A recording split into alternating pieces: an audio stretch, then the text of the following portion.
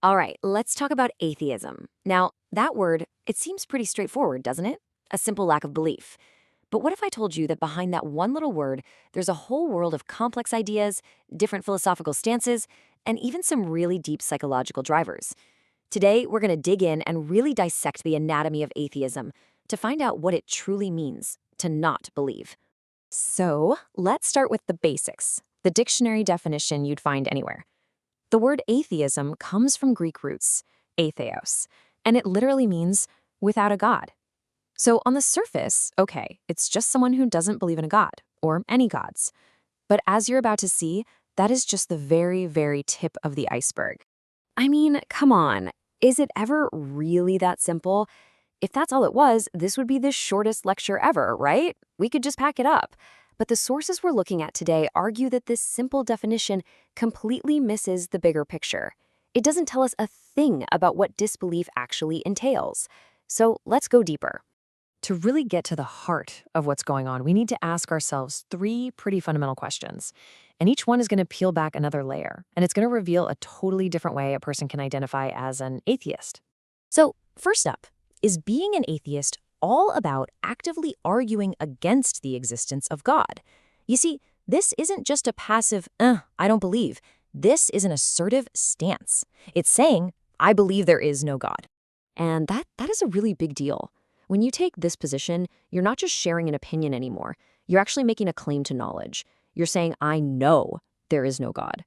And as you know, anytime you claim to know something, well, the burden of proof is on you to back that up with some pretty solid evidence. Okay, let's flip this around for our second question.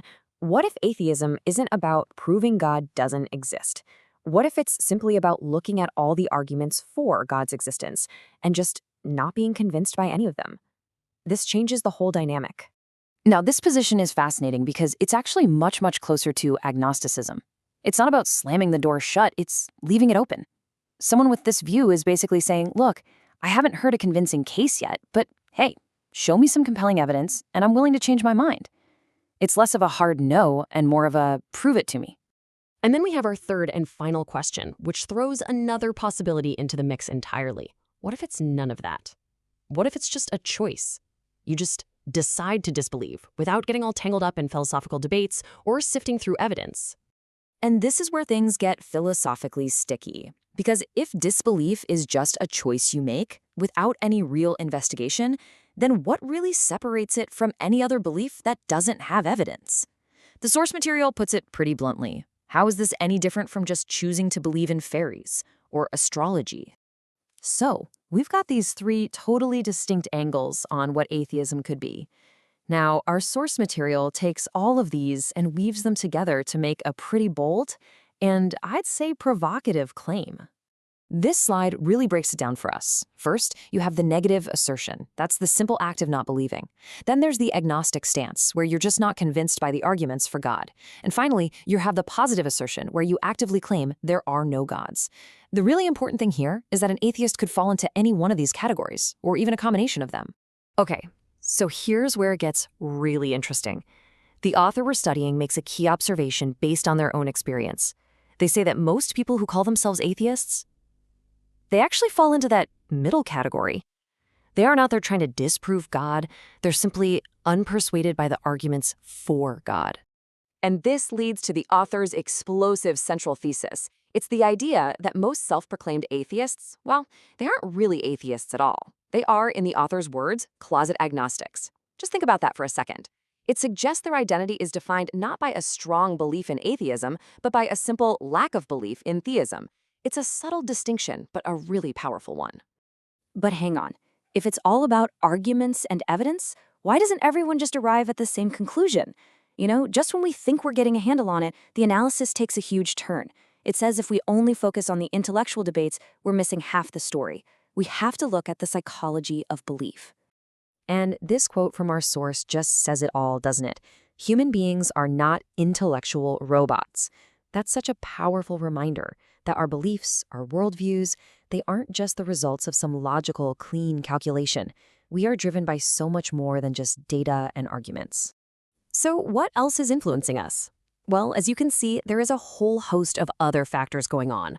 We're talking about our emotions, the people we hang out with, our social circles, our personal spiritual experiences, or even a lack of them. And of course, our own fundamental psychological makeup.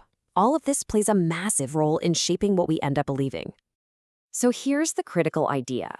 For a lot of people, atheism isn't some conclusion they reach through pure logic and science. Instead, our source argues, it's often rooted deep in our psychology. And this completely complicates the idea that what we believe is always a simple, rational choice. So, let's bring these two huge ideas together. If we want to truly understand a worldview, any worldview including atheism, we can't just look at the intellectual arguments on the surface. We have to look at the complex human psychology that's churning away underneath. It's like a two-sided coin.